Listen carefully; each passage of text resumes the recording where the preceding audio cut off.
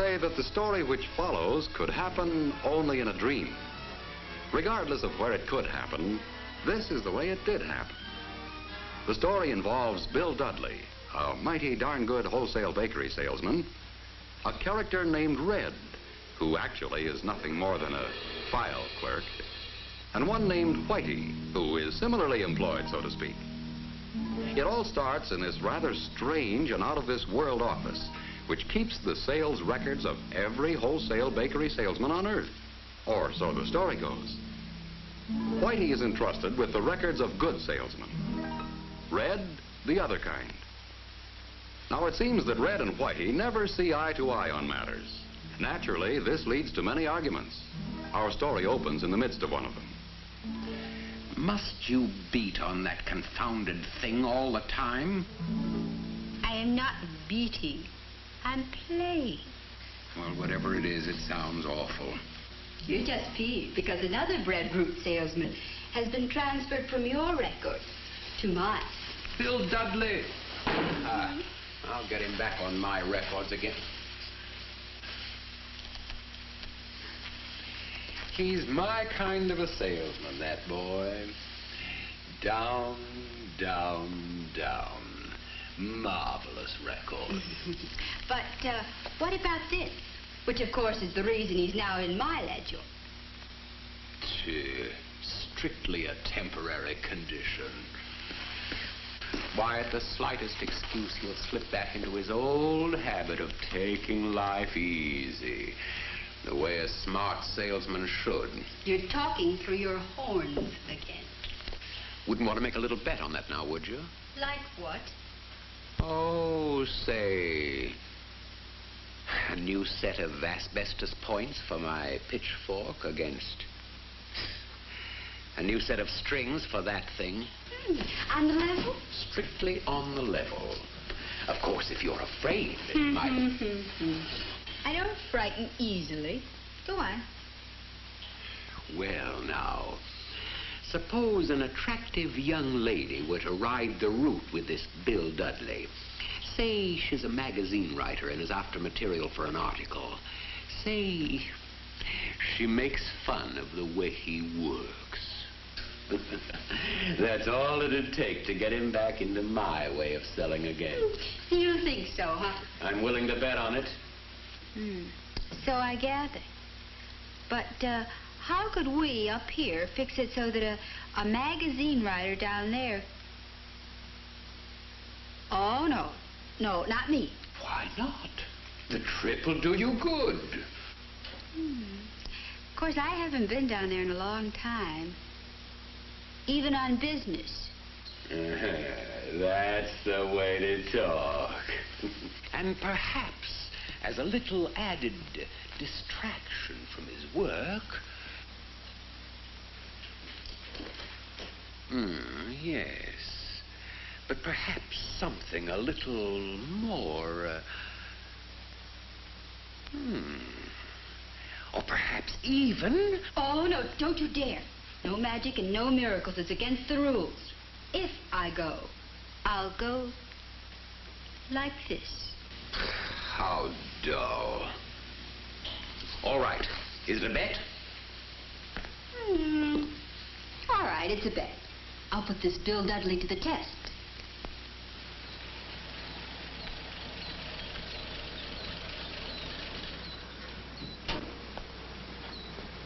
Hi. Let me see if I got this whole thing straight now. You're a writer. And you want to do an article on modern food merchandising. That's right.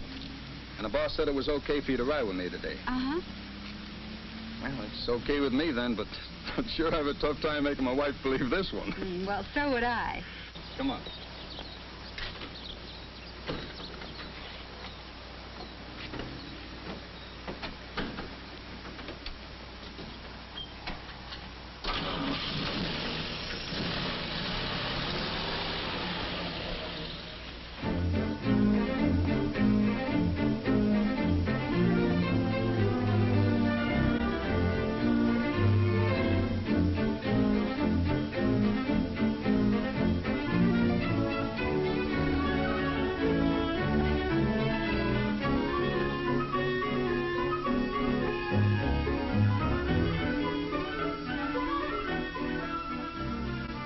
Well, that's how Whitey started out to prove her point. But Red was not far behind. Hey, you're not down here just for the ride, you know. Start working on the guy. We got a bet on.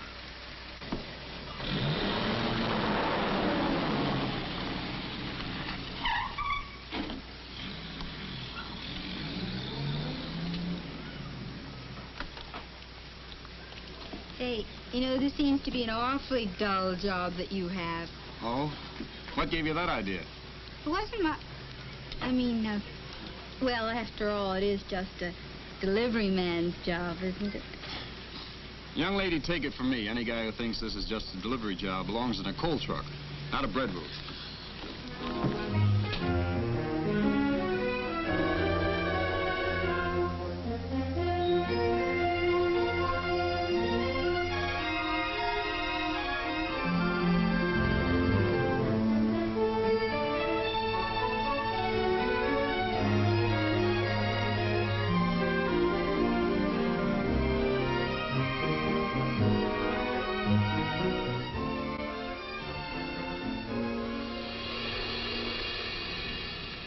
Well?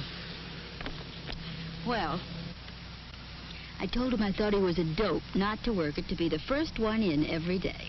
Good. I told him I thought all this push on getting good displays, just a lot of front office talk. Couldn't have phrased it better myself.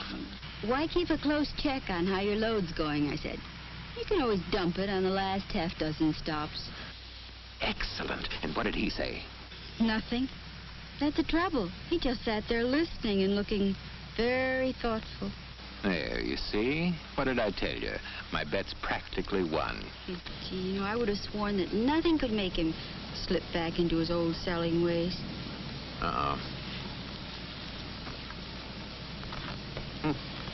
Must be new on the force. Okay. You've talked. I've listened. Now it's my turn. I talk and you listen. First of all, take a look. A loaf of bread. An important food, a healthy food, and a basic food that can be served in more than 100 different ways. And give a look. Not just one kind of bread, but a whole variety. And not only bread, but a whole variety of all types of baked goods. Are you, by any chance, trying to say that you think this business of yours is important? That's exactly the way I feel about it. Uh-oh. There's something about that guy's tone of voice I don't like. But just because we're important in the food picture doesn't mean a guy can sit back and take it easy on this job. Why not? Well, because folks have to go to stores to buy my stuff. So? So, in these stores, there can be as many as 3,000 different food items that are just itching to latch on a part of their food money, including a few other brands of baked goods. So, it's one great big scramble. Up and down the aisles the shopper goes, and what she'll buy, nobody knows. For sure, that is. But every food item tries to make the grade by looking so doggone good she just can't resist buying. Appetite appeal, we call it. And how do you get it? That's just what I was going to ask you. Well, one way is to let the shopper see the actual product. Yes, sir, you can write this down in your notebook. For making the best impression, nothing beats seeing the actual product. Now, one way to get it is with modern packaging. But that's not all. Now, for best appetite appeal, you also have to have good displays. Displays that sell. And believe me, top salesmen are using all the tricks in the book to get them. Tie-in displays with go-together food products. Meal suggestion displays, and a lot of others. So when you stop and think about it, this job of mine is anything but dull. But still, doesn't it get monotonous doing the same routine things every day? Every day is different on this job. Every store is different, depending on what bullseye I'm working on. Bullseye? Sure. You know, a while back I decided this could be a better paying job if the guy used his noggin. That's when I set up 3 bullseyes. Here they are. Grocer goodwill, plus volume, and selling displays. The things I'm aiming for in every store on my route. Anytime you can do something to make yourself better liked in the store, or up the volume in a store by even one loaf of bread, or get a new display idea. Can mean more dough. I'm just crazy enough to like the feel of more money. That's why I keep aiming for those bullseyes. Well, I better wind up Nellie and get going. Huh. It's jerks like that that end up as supervisors.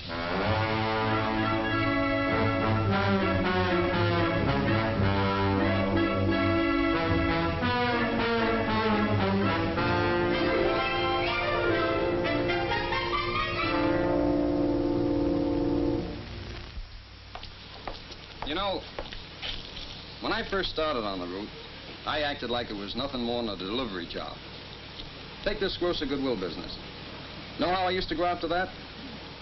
Why, I used to go into stores and slam doors and... Hey, you duffy old boy. How's the old miser today? Counting your gold again, huh?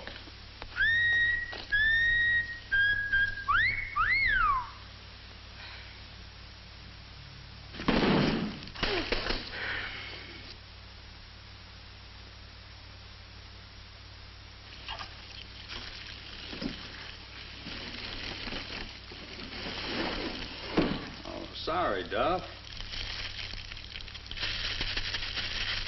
No harm done, huh?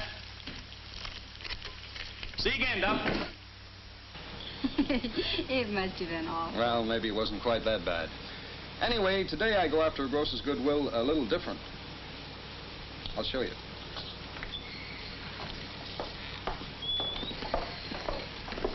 Morning, Mr. Marco. Good morning.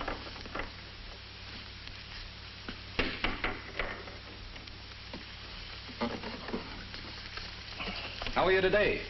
I'm a feel lousy. No, I'm sorry to hear that. Hey, something new. Say, these are pretty slick. You noticed that, eh? Sure did. Yeah, I bet your customers will go for them, too. With my customers, maybe yes and maybe no. We'll see. Go on, you know doggone well they will. Be right back. You see, I want every grocer on my route thinking, that Bill Dudley is okay. Never slams doors. Always seems friendly, always got a smile. Always interested in my store, treats my place with respect.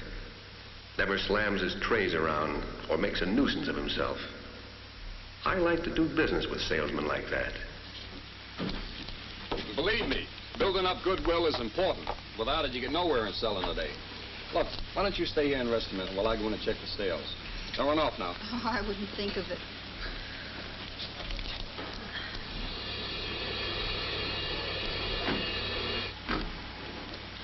I don't like the way that guy's yakking. I do. You would. Ah. If you want my opinion, he's in a rut. Oh, well, if you want mine, he's in the groove. Thanks for the match, lady. What match? Oh, yes, you're welcome. Haven't I seen that guy before somewhere? Now, I was going to tell you about the second bullseye of mine. Plus volume. One way to go after it is to use this and this. What's this? That, my young lady, is my business Bible. I've got a complete and up-to-date picture on every stop on my route. I know exactly what sells in each store and what doesn't. I know what new items I've tried in each stop, how each one is done. No guesswork. The facts are all there, and they're up to date. Well, team up these facts with a little bit of this, and you can go after plus volume without the risk of getting stuck with a lot of returns. So a guy gets returns. So what? Let the boss worry about him.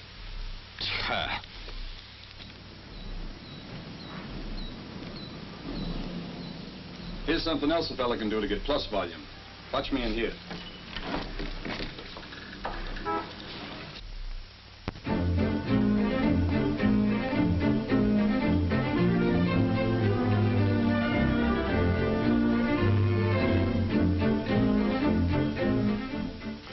Say, Mr. O'Connor.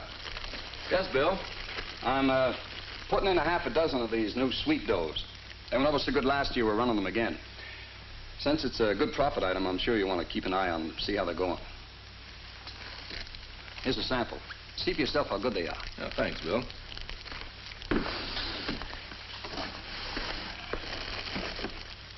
see, talking it up is another key to getting plus volume. You can get in a good plug when you introduce a new package, a new product, or a special. The more you talk it up, the better chance of getting him to push it. But what was all this mumbo-jumbo business with so many of this at so much and so many of that at so much at the last store? Oh, the count check. That's something I always do before I put the stuff on the shelves. Avoids mix-ups later on. And this is especially important in big bakery departments. You see, in supermarkets, there are a lot of bakery salesmen coming in. And the count check also reminds the grocer of what baked goods of mine he's got to sell. The better he knows my products, the better chance of getting his help in selling them. And that makes for plus volume for me. And then there's that third bullseye of mine, selling displays. You know, that can be a little rough. You see, well, take this route of mine. I've got all kinds of bread racks and display shelves. Some of them are pips. I guess other guys' routes are the same way. I used to give up easy on displays. I had only one rule I followed. As long as the stuff didn't fall on the floor while I was there, it was okay. No more, though. And believe me, there's no trick or mystery to building good selling displays. Just stack the bread so the brand name shows best, and shows off the bread to best advantage. And give the specialty loaves the best display space. And don't squash bread to get it in.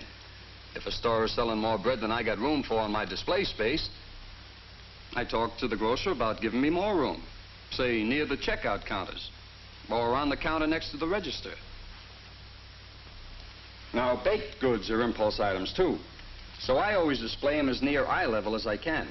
So they're easy to see and easy to reach. When you figure a shopper spends an average of only 35 seconds in a baked goods department, there's not much time for your display to work on them. So display it within easy reach, group the items together, keep from burying any item out of sight. But you know, a lot of the other bread boys are doing that much. So how do you get the jump on them? With special display and promotion ideas. Take the other day. I noticed a stop on my route was running a special on hamburger. Okay. So I talked the grocer into including rolls in a special display next to the hamburger. That's where getting goodwill pays off. If you got the grocer's goodwill, you can get extra selling displays in the store built around special promotions. Picnic displays, especially good just before holidays and weekends in summer. School lunch idea displays, especially good in fall. Better breakfast displays, or any others that tie in with national promotions. Seasonal promotion displays, fruitcakes around Thanksgiving and Christmas. Hot cross buns and Easter cakes at Easter time. Displays that suggest ideas for all types of entertaining. And I use all the banners and cards and streamers or printed promotional material I can get. Anything to give any display more sell. But all this talk of mine boils down to just this. This is a tough business, a mighty competitive business. But for the guy who aims for grosser goodwill, plus volume, and selling displays, it can be a darn good one, too. Well, now, that was quite a speech. Oh, I'm sorry if I bored you. Bored me? Oh, no, quite the opposite. But tell me, how in the world do you get all those things done? Oh, the whole secret to that is taking it in small chunks. Maybe one week I'm shooting for special displays in 10 of my best stops. Next week, 10 more, and so on. After all, that's only 2 a day. Or maybe my goal for this week is to spend a couple of extra minutes in my biggest volume stops just to work on goodwill. Always got something cooking at a few stops. Always something aimed at one of these bullseyes. Grosser goodwill, plus volume, selling displays. And are you sure nobody could unsell you on these things? Not a chance. I like the payoff too much. Well, don't you ever slip up? Sure, I'm just as human as the next guy. That's why I keep these bullseyes handy, so that a small slip-up doesn't turn into a big trip-up. Well, off to the races. What do you say?